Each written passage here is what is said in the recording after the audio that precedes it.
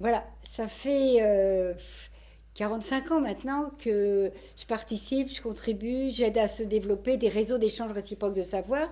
Et ce que nous ont montré ces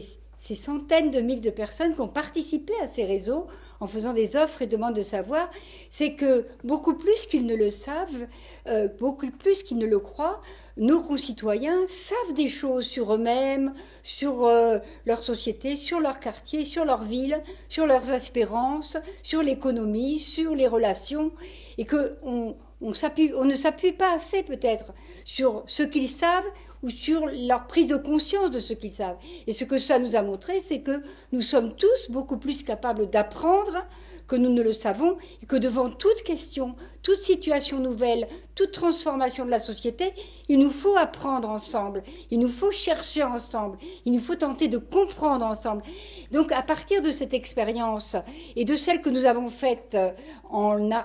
lien avec André Giordan, professeur en sciences de l'éducation de Genève, avec des membres des réseaux, avec des membres d'autres associations depuis une vingtaine d'années,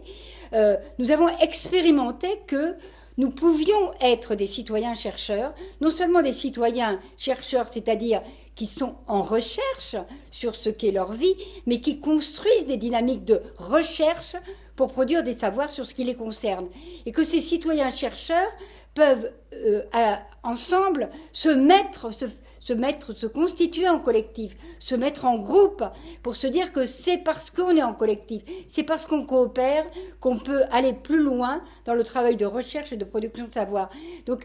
peut-être qu'un des plus importants changements, même s'il est micro,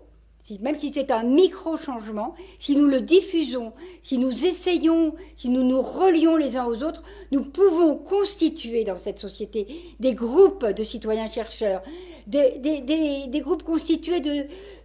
peu importe, enfin non, pas peu importe, plutôt en raison même des différences de niveau d'instruction, en raison même des différences de culture, en raison même des différences d'âge, nous pouvons constituer des groupes de citoyens chercheurs qui, sur les questions de société, que ce soit l'écologie, que ce soit l'économie, que ce soit la question des relations humaines, que ce soit le passage de la retraite ou la vie dans un quartier, que ce soit la question du bonheur ou du malheur, quelle que ce soit la question du sens à donner à nos sociétés, des groupes de citoyens chercheurs qui peuvent ensemble, y compris avec des chercheurs de métier, y compris avec des experts sur tel ou tel domaine,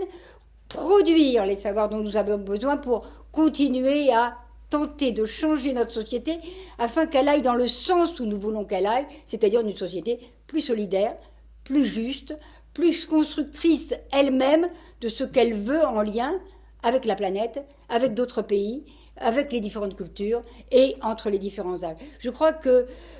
notre expérience de 20 ans de groupe de citoyens chercheurs peut être intéressante pour d'autres, non pas comme modèle de ce que seraient ces groupes,